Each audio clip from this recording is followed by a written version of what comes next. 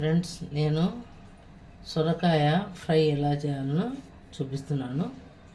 చూడండి, stove on చేసి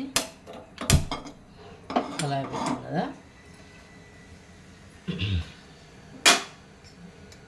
oil వేసుకోవాలి.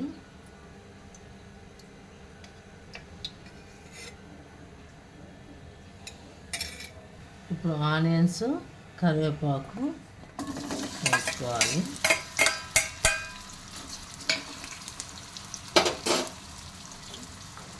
అంటే పోపు దినుసులు వేసుకోవాలి.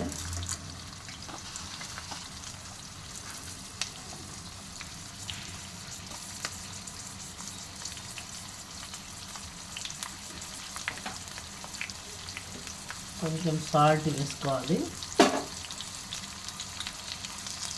ఆనియన్స్ కొంచెం మగ్గాలంటే కొంచెం సాల్ట్ వేసుకోవాలి.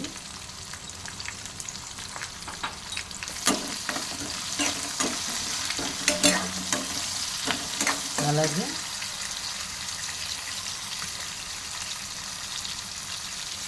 పసుపు వేసుకోవాలి.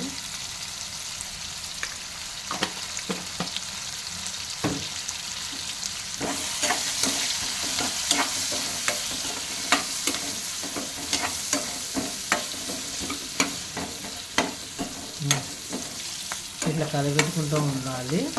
ఇప్పుడు ఇది ఎర్రగడ్డలు ఎర్రగా వేగాల్సిన అవసరం లేదు. ఇప్పుడు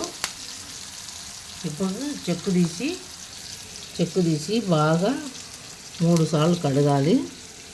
ఇది సొరకాయను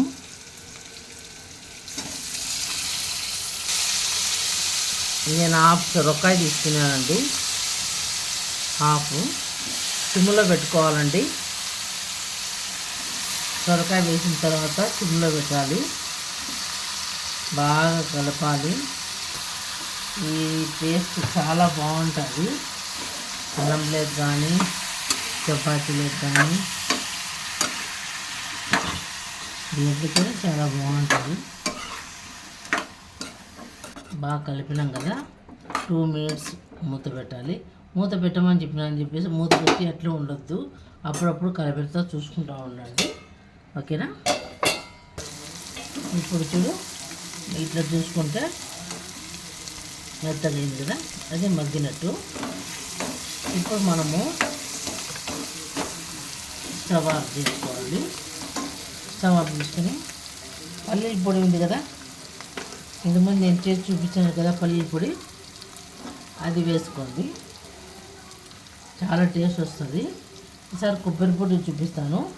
కొబ్బరి పొడి అయినా వేసుకోవచ్చు, పల్లీల పొడి అయినా వేసుకోవచ్చు. అన్నంలోకి, చపాతీలోకి చాలా బాగుంటుంది. నేను చేసే వంటకాలన్నీ రాయలసీమ స్టైలు.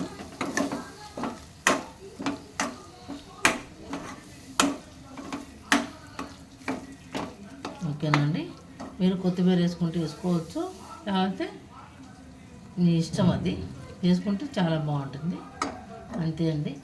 మీకు నచ్చినట్లయితే లైక్ చేసి షేర్ చేయండి, సబ్స్క్రైబ్ చేయండి. ఒకసారి ట్రై చేసి చూడండి. Thank you.